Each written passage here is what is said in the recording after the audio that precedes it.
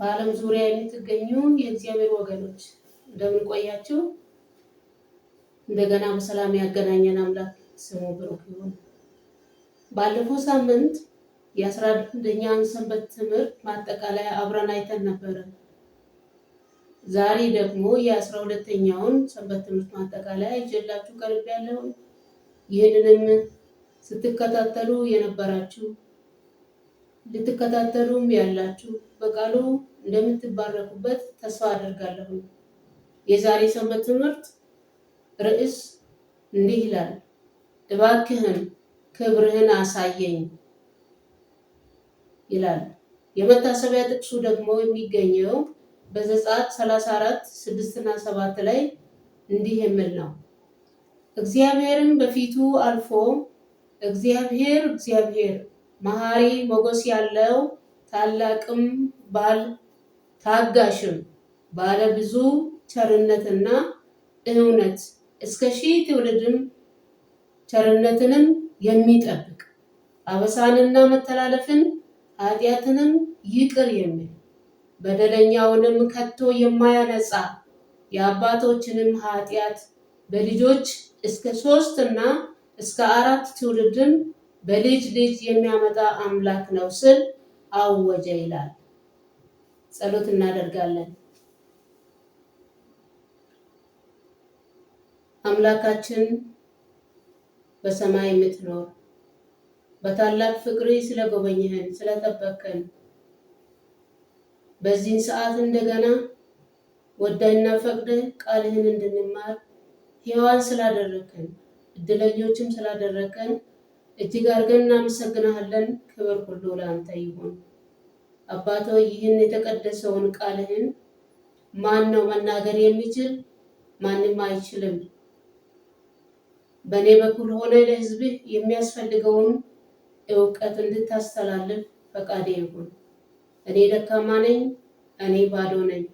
በእኔ ባዶነት ያንተ ክብር ይንጸባረቅ። መናገር ብቻ ጥቅም የለውም፣ ዋጋም የለውም። አባቶይ በተናገርነው በሰማነው ኖረን ለመንግስትህ እንድንዘጋጅ አንተ ብቃት እንድትሆንልን በኢየሱስ ስም እለምንሃለሁ። ስለሰማኝ ተመስገን። በጌታ በኢየሱስ ክርስቶስ ያው ስም አሜን። ወደ ዛሬው ሰንበት ትምህርታችን ከማለፋችን በፊት ከባለፈው ትምህርት ጥቂቱን እስቲ እናስታውስ። ባለፈው ሳምንት ክህደትና ምልጃ የሚለውን ርዕስ በሁለት ዋና ዋና ክፍሎች እንዳየን ይታወሳል። በአንደኛው ክህደት ከሚለው ስር እስራኤላውያን በቅርቡ እግዚአብሔር ከባርነት ምድር በጸናች ክንዱ ተሸክሞ እንዳወጣቸው ከዚያም በሲና ተራራ ላይ ሆኖ ደግሞ በሙሴ አማካይነት የተናገራቸውን ነገር ሁሉ እናደርጋለን በማለት የገቡትን ቃል ኪዳን ረስተው ፈጥነው ፊታቸውን ከእግዚአብሔር በማዞር ባዕዳን አማልክትን ለራሳቸው አብጅተው እንደሰገዱላቸውና እንዳመለኳቸው አይተን ነበር። በሁለተኛው አማላጅነት ከሚለው ስር እግዚአብሔር አምላክ በእስራኤላውያን ክህደት ምክንያት ቁጣው በእነርሱ ላይ እንደነደደ ይህንንም አንገተ ደንዳና ሕዝብ እንዳጠፋቸው ተወኝ ብሎ ለሙሴ ሲናገር፣ ሙሴ ደግሞ ስለ ሕዝቡ በማማለድ አቤቱ ይህ ሕዝብ አንተን በድሏል፣ ይህን ሕዝብ አሁን ይቅር በል፣ አለበለዚያ እኔን ከጻፊያው መጽሐፍ እባክህ ደምስሰኝ ብሎ ሲማጸንና ሕይወቱን ለሕዝቡ አሳልፎ መስጠቱን ባየ ጊዜ እግዚአብሔር እንደሰማውና ሕዝቡን ይቅር እንዳላቸው ከቁጣውም እንደተመለሰ አይተን ነበር። ወደ ዛሬ ሰንበት ትምህርት ስናልፍ ይህንን የዛሬውን ርዕስ በሁለት ዋና ዋና ክፍሎች እናያለን። በአንደኛው እግዚአብሔርና ሙሴ የተገናኙት የት ነው? እንዴት ነው የተነጋገሩት? ከእግዚአብሔር ጋር መገናኘት የሚለውን በዘጸአት 33 ከ7 እስከ 11 ድረስ ያለውን ስናነብ እንረዳለን። ሙሴ ከእግዚአብሔር ጋር በመገናኛ ድንኳን ውስጥ እንደተነጋገረ በ11ኛው ቁጥር ላይ እንዲህ ይላል፣ እግዚአብሔርን ሙሴ ከባልንጀራው ጋር ፊት ለፊት እንደሚነጋገር ከሙሴ ጋር ይነጋገር ነበር። ሙሴም ከእግዚአብሔር ጋር ፊት ለፊት እንደ ጓደኛ ማውራት ቢችልም የእግዚአብሔርን ፊት ግን በአካል ማየት አልቻለም ነበር። ስለዚህ የሙሴና የእግዚአብሔር ግንኙነት ቀስ በቀስ እጅግ እየጠበቀ መጥቶ ነበር። በዕብራውያን 3:5 ላይ እንደምለው ሙሴስ በኋላ ስለምነገረው ነገር ምስክር ሊሆን በቤቱ ሁሉ እንደ ሎሌ የታመነ ነበር ይላል። የሙሴ ታማኝነት በእግዚአብሔር ዘንድ የጎላ ስለነበረ እንደ ጓደኛ ከእርሱ ጋር መነጋገሩ አይገርምም።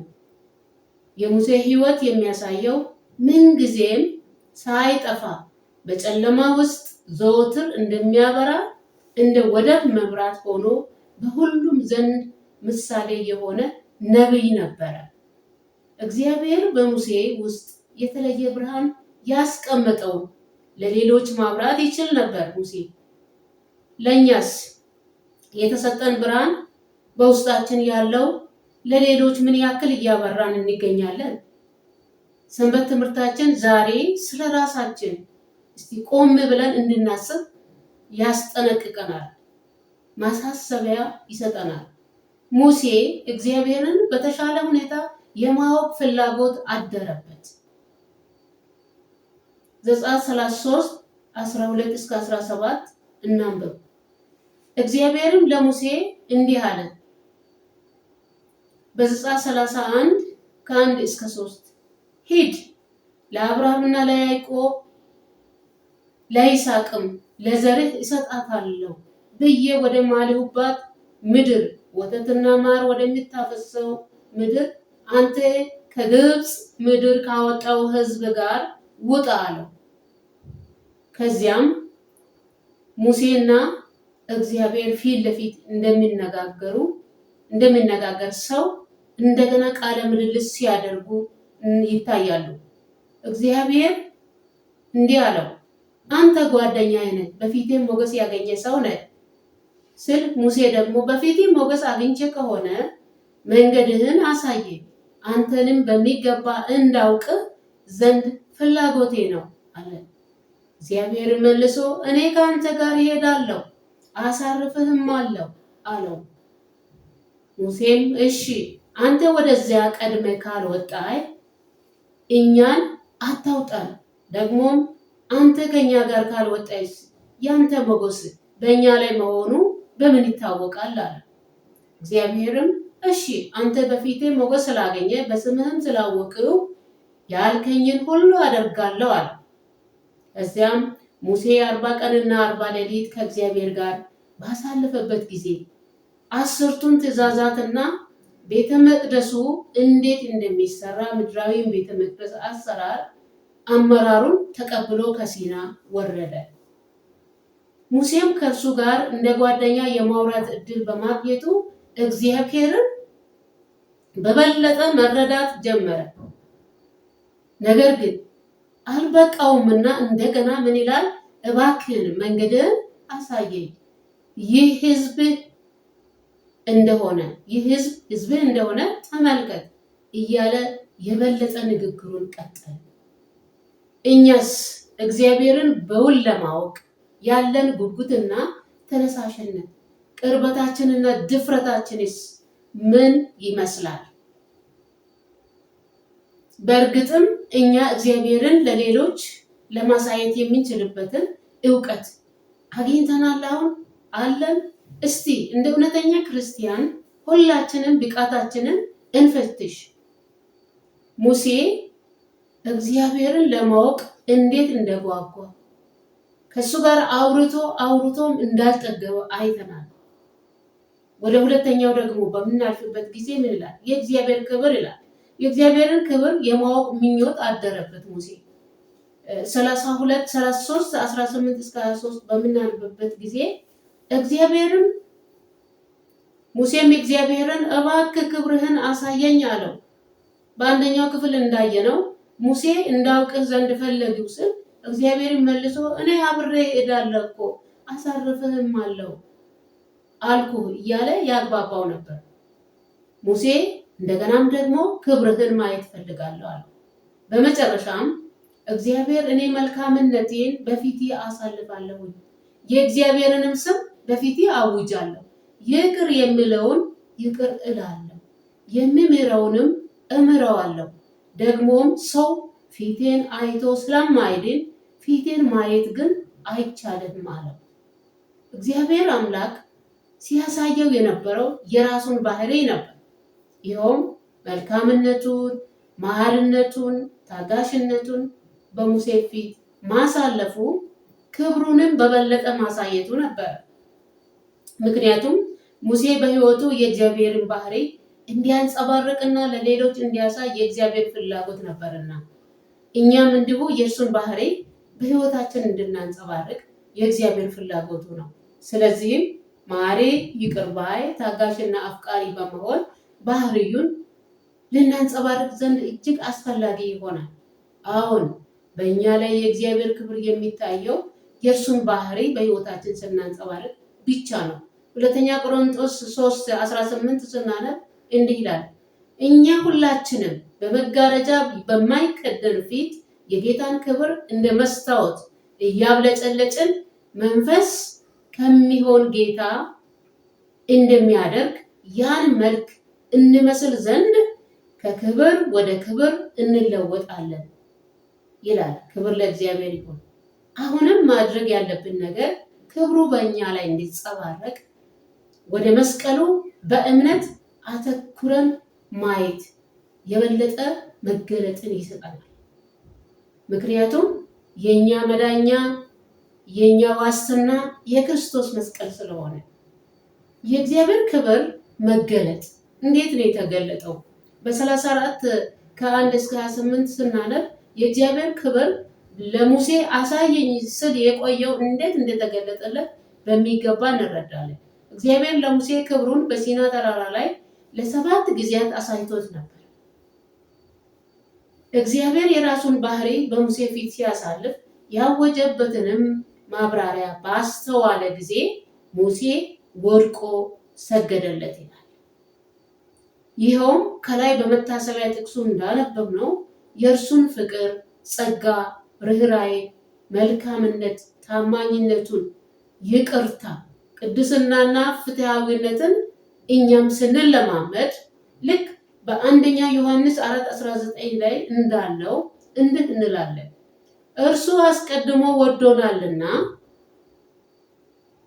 እኛም እንወደዋለን ልንል እንችላለን።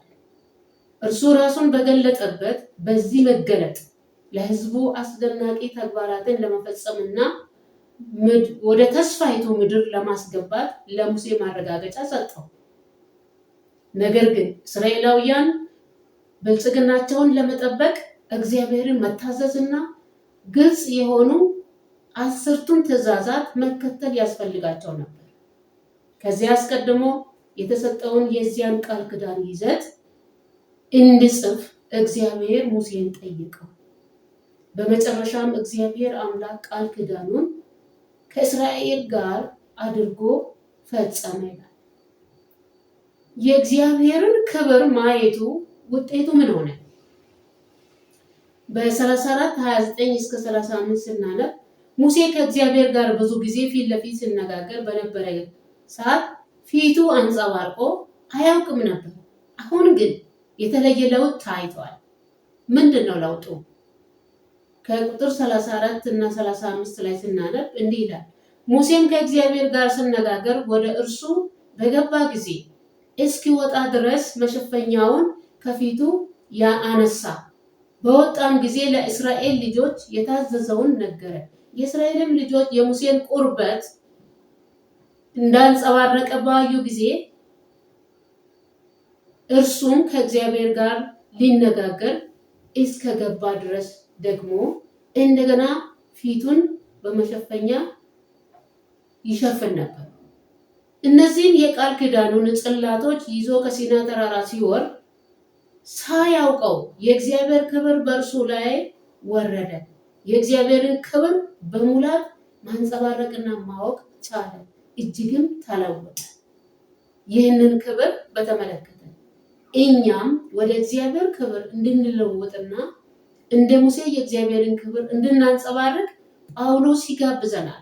በሁለተኛ ቆሮንቶስ 3:12-18 ድረስ ያለውን ስናነብ ደግሞም ራሳችንን በሙላት ለእግዚአብሔር ስንሰጥ እርሱ ደግሞ እንዴት አድርጎ ወደ መለኮታዊ አምሳል ሊለውጠን እንደሚችል ሙሴ ለእኛ በሁሉ ምሳሌ በመሆን በግልጽ አሳይቶናል። ይኸውም እርሱ የተለወጠና ፊቱ የበራው የእግዚአብሔርን መልካምነትና ቸርነት በማስተዋሉና ሙሉ በሙሉ ራሱን ለእግዚአብሔር ክፍት በማድረጉ ነበር ማንጸባረቅ የቻለው። እኛም የራሳችንን ሕይወት ክፍት ስናደርግ ለእግዚአብሔር የእግዚአብሔርን ክብር ለሌሎች ማንጸባረቅ እንችላለን። ለእግዚአብሔር ሕይወታችንን አሳልፈን ስንሰጥና እርሱ የሕይወታችን ጌታና ንጉሥ እንዲሆን ስንፈቅድ ልባችንና አእምሯችን ለውጥን ይለማመዳሉ።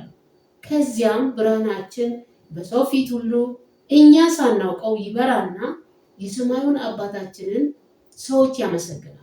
ክብሩን በእኛ ላይ ጎልቶ ይታይና በሚገባ ማንጸባረቅ እንችላለን ማለት ነው። የዛሬው ሰንበት ትምህርት እባክህ ክብርህን አሳየኝ የሚለውን ርዕስ በሁለት ዋና ዋና ክፍሎች አይተን ነበር። በአንደኛው እግዚአብሔር እና ሙሴ የቀመለው ስር ሙሴና እግዚአብሔር ፊት ለፊት ሆኖ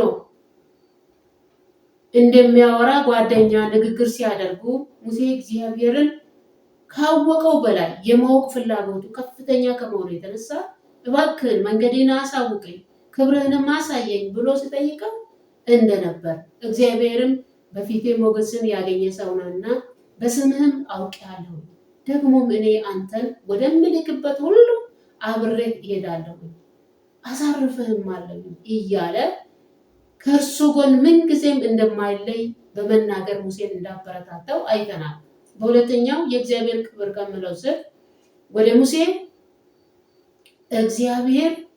ሙሴ ወደ እግዚአብሔር ቀርቦ በመነጋገሩና እርሱን የማወቅ ፍላጎቱ በጨመረ ጊዜ ሳያውቀው በሕይወቱ ለውጥ መታየት እንደጀመረ ክብርህን አሳይኝ ባለ ጊዜ መልካምነቴን በፊቴ አሳልፋለሁ የእግዚአብሔርንም ስም አውጃለሁ እያለ ሙሴን በቅርበት እያነጋገረው በሄደ ቁጥር ሙሴ መልካምነቱን እያወቀና አትኩሮ ማየቱን ሲለማመድ የእግዚአብሔር ክብር የሙሴን ግንባር ማንጸባረቅ እንደጀመረ ሙሴም ለእስራኤል ሕዝቦች የእግዚአብሔርን ክብር በግልጽ እንዳሳየ እኛም ደግሞ እንዲሁ መስቀሉን ትኩር ብለን ስንመለከት የእግዚአብሔርን ክብር ልክ እንደ መስታወት እያብለጨለጭን ለሌሎች ማሳየት እንደምንችልና ከክብር ወደ ክብር እንደምንለወጥ የሚያስረዳ ክፍል ነበር ያየነው።